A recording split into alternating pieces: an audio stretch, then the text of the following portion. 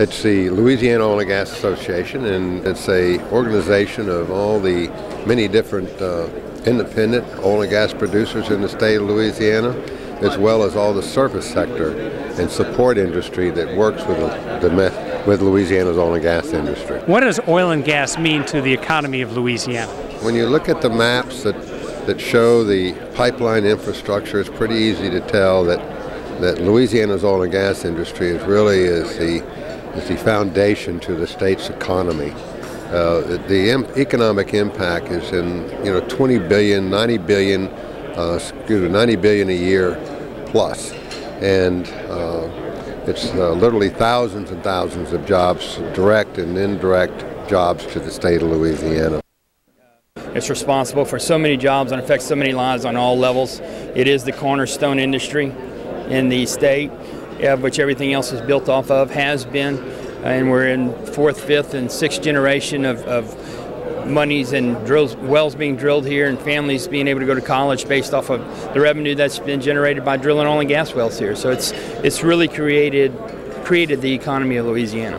Oil is like every other commodity. Every other commodity has gone up in price, where it's cotton, copper,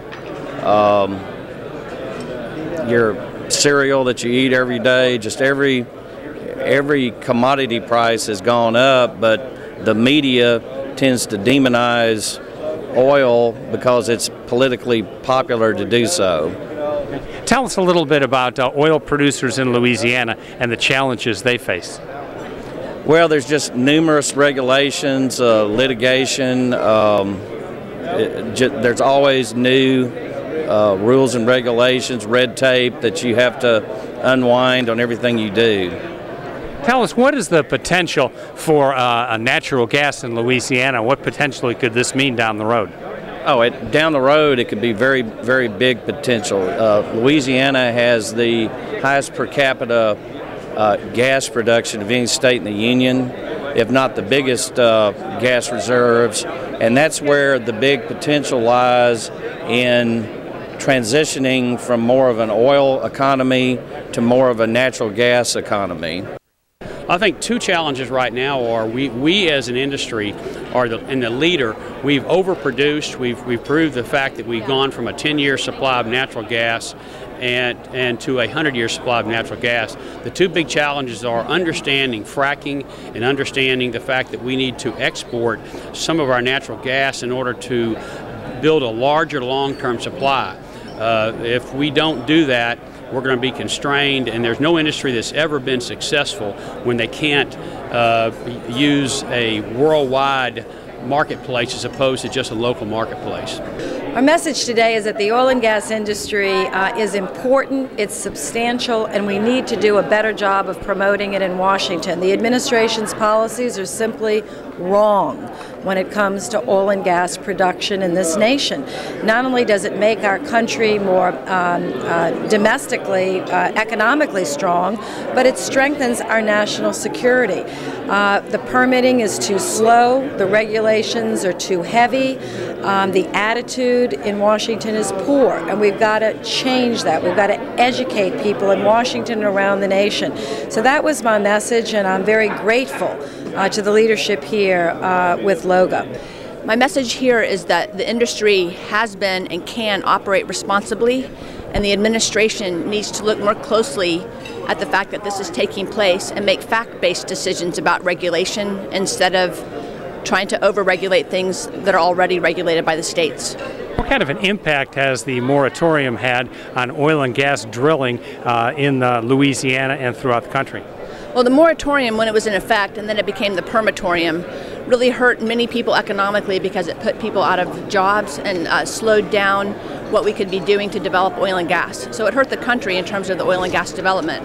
Right now what you have is not a moratorium, but you have a slowdown in permits. So the federal government has been very slow in the granting of drilling of permits both in the shelf, in the deep water, and in particular in the onshore, where the Bureau of Land Management has a lot of minerals in the western states.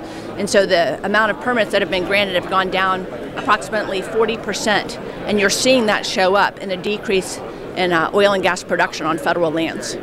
The central message is we have a historic opportunity to become a low-cost energy producer on a global basis and take all the advantages from this. And we'd have to adapt our regulatory infrastructure and system in order to make sure we don't miss this opportunity. Give us an idea of what changes you'd like to see in regulations. Simply, we need to move a little bit faster on everything. It takes about 30 days or less to drill a well. It takes 2 years to get a permit to transport the product to market. And systemically, that is going to be a problem. What would you like to see happen? I would like to see the different agencies that are involved in the infrastructure building in this country be able to coordinate better and move faster in order to get the infrastructure built. Here in Louisiana, where we have a long and distinguished history of fueling the country, that we continue to be poised to do that. This is certainly not our grandfather's oil and gas industry. Things are changing in a very, very rapid way. And you have speakers here that are certainly, I think, bringing that message. Today we heard from the potential to begin to export natural gas to other parts of the globe, something that has escaped us as we have tried to become energy independent since 1956. And the tremendous amount of natural gas reserves that we now have in Louisiana. I would remind folks that in 2003, the chairman of the Federal Reserve, Alan Greenspan, testified that we didn't have enough natural gas in America to fuel our country, that we needed to embark upon allowing LNG to come in from other countries. Now, some 5, 6, 7 years later, that because of these vast discoveries, we have an opportunity to be once again a nation of exporters when it comes to natural gas. Together a task force on compressed natural gas. It's been over 2 years, and we've worked with a variety of industry folks and LOGA. Also, we've worked with Department of Natural Resource to figure out a way to see if we can use some of that compressed natural gas for buses within our system, within the state. What kind of potential does that have for Louisiana? It has a great potential. Since we produce so much natural gas, it only makes sense to be able to use it here within the state. As we've gone through what I consider the financial tsunami that began in 2008 that affected the oil and gas industry, we've come back faster, stronger, harder primarily because of the source rock, the shales now for oil and gas.